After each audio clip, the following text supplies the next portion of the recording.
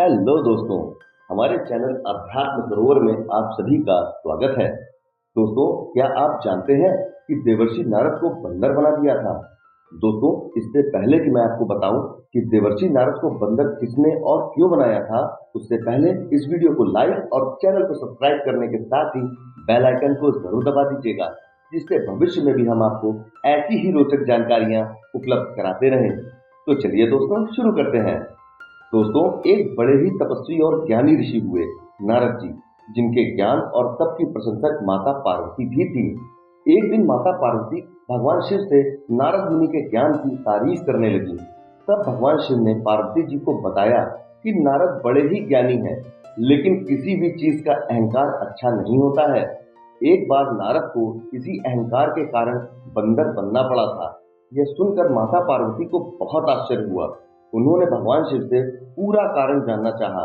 तब भगवान शिव ने बताया कि इस संसार में कोई कितना ही बड़ा ज्ञानी क्यों ना हो, लेकिन श्री हरि जो चाहते हैं वो उसे बनना ही पड़ता है। नारद को एक बार अपने इसी तप और बुद्धि का अहंकार हो गया था। तब नारद को सबक सिखाने के लिए श्री हरि को एक तरकीब सूझी। हिमालय पर्वत में एक बड़ी पवित्र गुफा थी। उस गुफा के निकट ही गंगा जी बहती थीं। वह परम पवित्र गुफा नारद जी को अत्यंत सुहावनी लगी। वहां के अलौकिक पर्वत, नदी और वन को देखकर उनके हृदय में श्री हरि विष्णु की भक्ति प्रबल हो उठी और वो वहीं बैठकर ध्यान में लीन हो गए। नारद मुनि की इस तपस्या से देवराज इंद्र भयभीत हो गए कि कहीं ऐसा ना हो कि देवर्षि नारद अपने तप के बल से उनका स्वर्ग ही न छीन लें। इंद्र ने नारद की तपस्या भंग करने के लिए कामदेव को उनके पास भेज दिया। वहां पहुंचकर कामदेव ने अपनी माया से बसंत ऋतु को उत्पन्न कर दिया। पेड़ और पत्तों पर रंग बिरंगे फूल खिल गए, कोयले कूकने लगी और भौरे गुंजार करने लगे। काम वासना को भड़काने वाली शीतल मंद सुगंध सुहावनी हवा चलने लगी।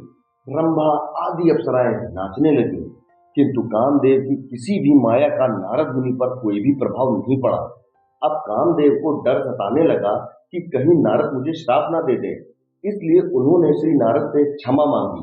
नारद मुनि को थोड़ा भी क्रोध नहीं आया और उन्होंने कामदेव को क्षमा कर दिया। जिसके बाद कामदेव अपने लोक वापस चले गए। कामदेव के चले जाने के बाद नारद मुनि के मन में यह अहंकार बैठ गया कि मैंने कामदेव को जीत लिया।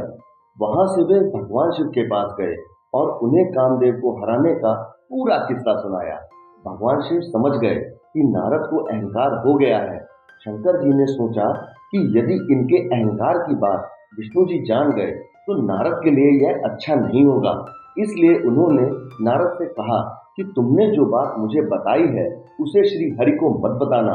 नारद जी को शिव जी की यह बात बिल्कुल अच्छी नहीं लगी। उन्होंने सोचा कि आज तो मैंने कामदेव को हराया है और ये बात भी मैं किसी को नहीं बताऊं। ऐसा कैसे हो सकता है?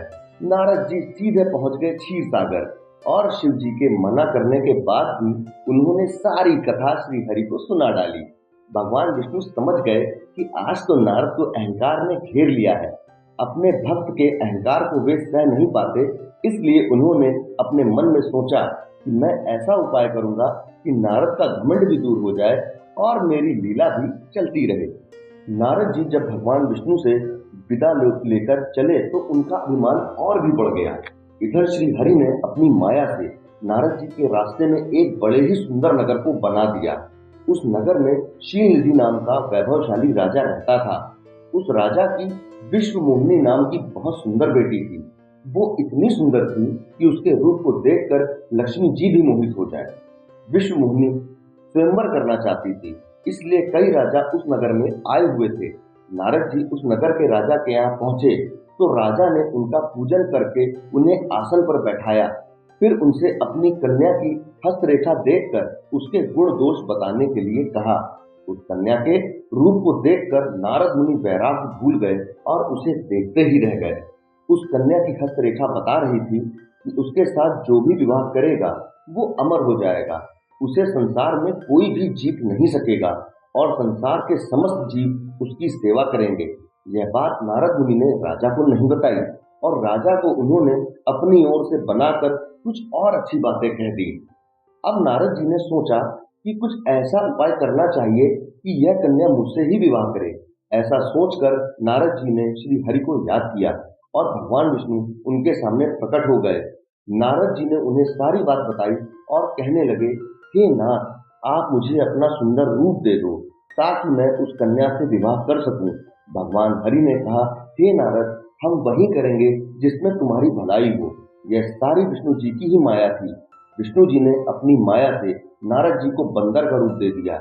नारद जी को यह बात समझ में नहीं आई। वो समझे कि मैं बहुत सुंदर लग रहा हूँ।